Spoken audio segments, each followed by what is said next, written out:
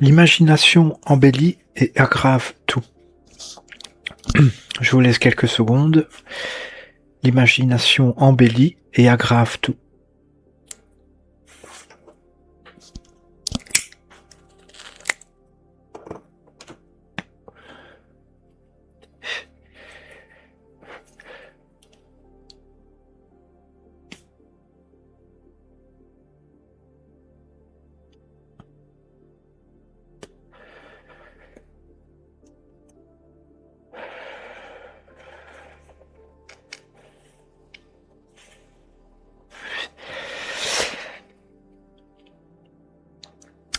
Alors, il y a les faits, c'est évident, hein.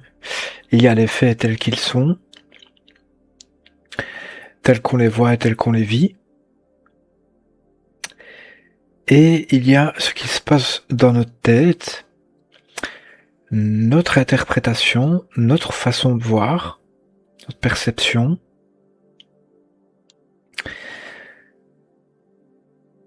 Et les projections que l'on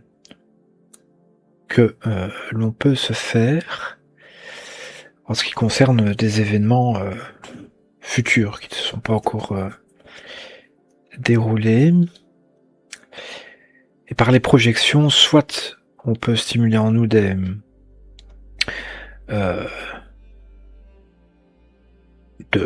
la réjouissance ou de la crainte. On peut construire des scénarios dans notre tête, et positifs ou négatifs.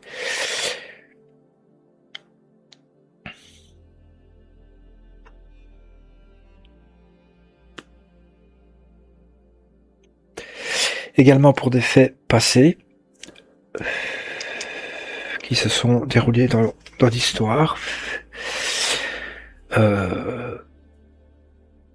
Bien des films ont été réalisés en relatant des histoires passées, et quelque chose me dit qu'il y a de fortes chances que le film nous propose un point de vue à travers la mise en scène, les images, les musiques, les acteurs, le scénario. Quelque chose me dit que généralement, je pense que les films sont plus beaux, plus stimulants que ce qui s'est réellement passé. Dans les films également, ils ont tendance à anoblir le personnage principal. On le voit beau, prestigieux, vertueux, etc. Mais prenons une des plus grandes figures de notre histoire, qui est Napoléon Bonaparte. Alors j'ai pas trop aimé le dernier de Tony Scott. Si je me trompe pas, c'est Tony Scott. Et là, par contre, j'espère qu'il était mieux que ça. C'était peut-être pas le bon exemple, mais parce que dans le dernier Napoléon, justement, j'ai l'impression qu'il est peut-être moins bien dans le film que ce qu'il était à l'époque. J'ai vraiment pas aimé son style dans le film. Ça m'a pas empêché de le regarder plusieurs fois, parce que voilà, ça reste bien réalisé, etc. Mais et puis l'histoire est toujours intéressante, mais le jeu d'acteur, moi bof. Mais voilà, prenons, je ne sais pas moi, Alexandre le Grand. Le film Alexandre le Grand, très très beau, très très bien réalisé, belle musique, très très belle musique d'ailleurs. Bon jeu d'acteur, voilà, leur ambiance grecque, tamisée, ensoleillée. 3, pareil, de très très beaux films. Mais il y a des chances que ce n'ait pas été aussi beau que la réalité historique. Il y a de fortes chances.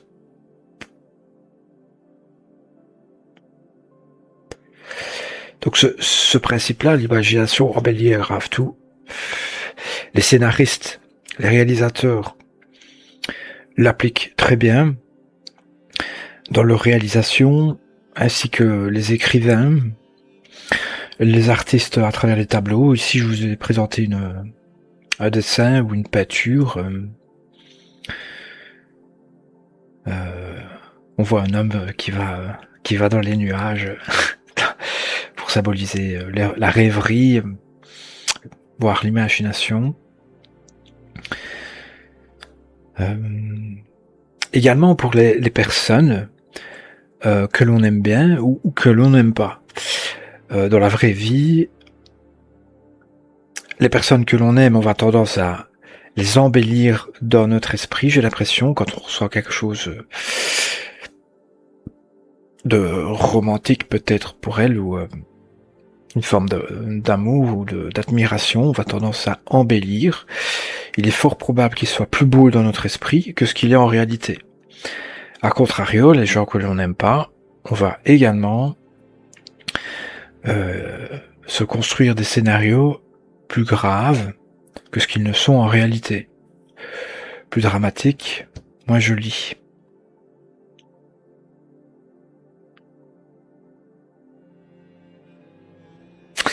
Alors, je dis pas que c'est négatif d'imaginer. D'ailleurs, c'est grâce à l'imagination que nous avons réalisé toutes nos avancées humaines. Toutes nos créations nous viennent de l'imagination de personnages illustres. Comme j'aime bien ce mot. Donc on en a besoin, clairement. Et si l'homme a de la créativité et à autant de compétences artistiques ou créatives, ça vient, c'est grâce bien sûr à notre esprit et notre imagination, nos visualisations, nos planifications, nos organisations mentales.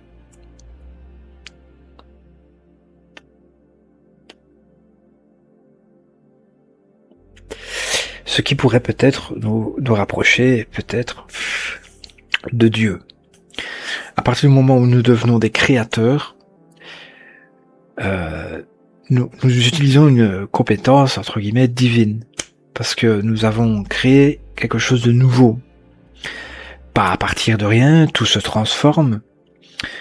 On aime bien se dire à partir de rien. Bon, ça se discute parce que l'imagination que l'on a, j'ai déjà entendu et je suis plutôt d'accord avec ça, c'est que ce que l'on va créer, peu importe ce que c'est, nous viennent d'inspiration extérieure. De ce que l'on a déjà entendu, vu, lu, ce que les gens nous ont déjà raconté.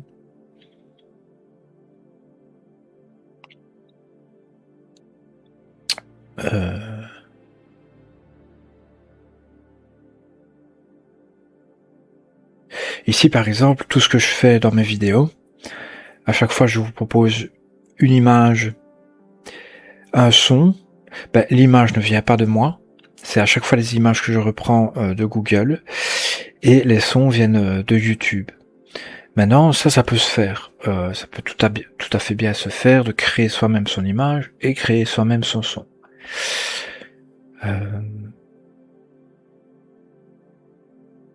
Mais voilà, le truc, c'est que tout seul, n'ayant pas a priori l'âme artistique en soi, en tout cas pas pour ce genre de choses, j'arrive toujours à trouver de belles images et de très beaux sons, donc pourquoi pas, pour donner un peu plus de caractère à ma citation. Et alors, je me base à la fois sur ma citation. Ici, par exemple, l'imagination embellit, aggrave tout. J'ai simplement écrit sur Google imagination fond d'écran. Alors ça dépend, mais ici c'était plus simple parce que j'ai quand même un terme assez pertinent qui est imagination. Au départ, je pensais à un homme qui pense. Donc je me disais une image d'un homme en train de réfléchir et qu'on voit des idées dans sa tête, des trucs dans le genre. Et cette image-là, je la trouvais très, très bien faite, très pertinente et de très bonne qualité. En fait, elle est à 3K. Donc c'est un critère important aussi. Il faut qu'il y ait une bonne qualité de l'image.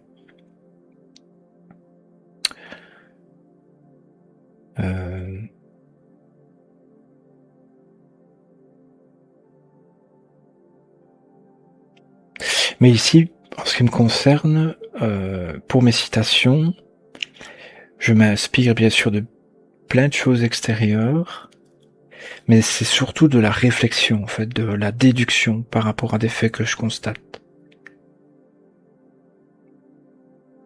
Et j'essaye au mieux de faire une belle formulation. L'imagination embellit, aggrave tout. Point. Et alors j'amène la personne à réfléchir par rapport à ça, et c'est suffisant pour moi, cette phrase-là, mais voilà, l'imagination embellit et aggrave tout. C'est surtout ce qui m'a inspiré à dire ça, c'est surtout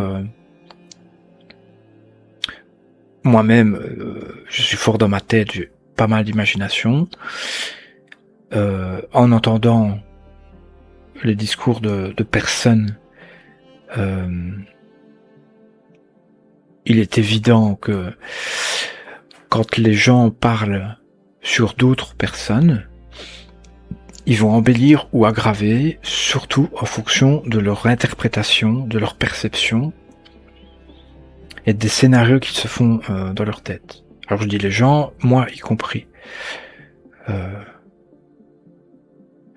L'idée, voilà, enfin j'avais une idée, c'était...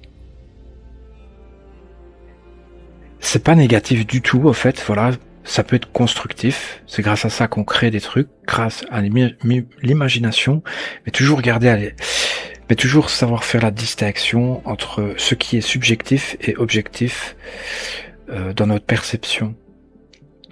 Ce que l'on rajoute en plus de notre imaginaire pour relater un fait et ce qui s'est réellement réalisé, ou ce qui va réellement se réaliser. Et ça, on ne peut pas. Pour dire ce qui va se réaliser, on est obligé d'utiliser un minimum d'imagination, même si c'est calculé, si c'est logiquement pertinent d'un point de vue calcul.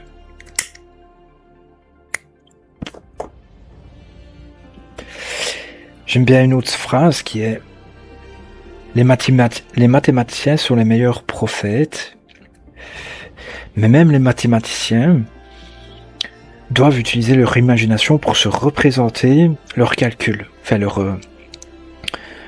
la planification de ce qu'ils disent. Il leur faut de l'imagination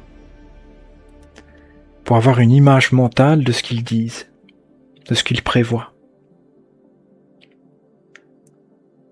Et alors, en ce qui concerne la science, justement, on a besoin d'imagination, mais on est obligé de faire la distinction à ce que l'on prévoit mentalement et ce qui est susceptible de se réaliser. Toujours garder à l'esprit que ce que l'on s'imagine, c'est une probabilité, mais non une vérité, non une réalité. J'anticipe que les choses vont se faire ainsi, il y a de fortes chances que ça se passe ainsi, mais il y a toujours une probabilité que ça ne respecte pas exactement ce que l'on sait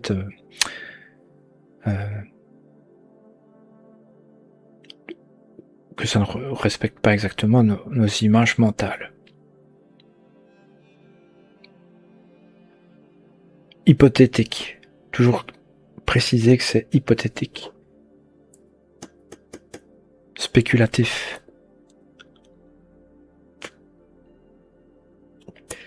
Même si c'est fondé sur des bases tout à fait logiques.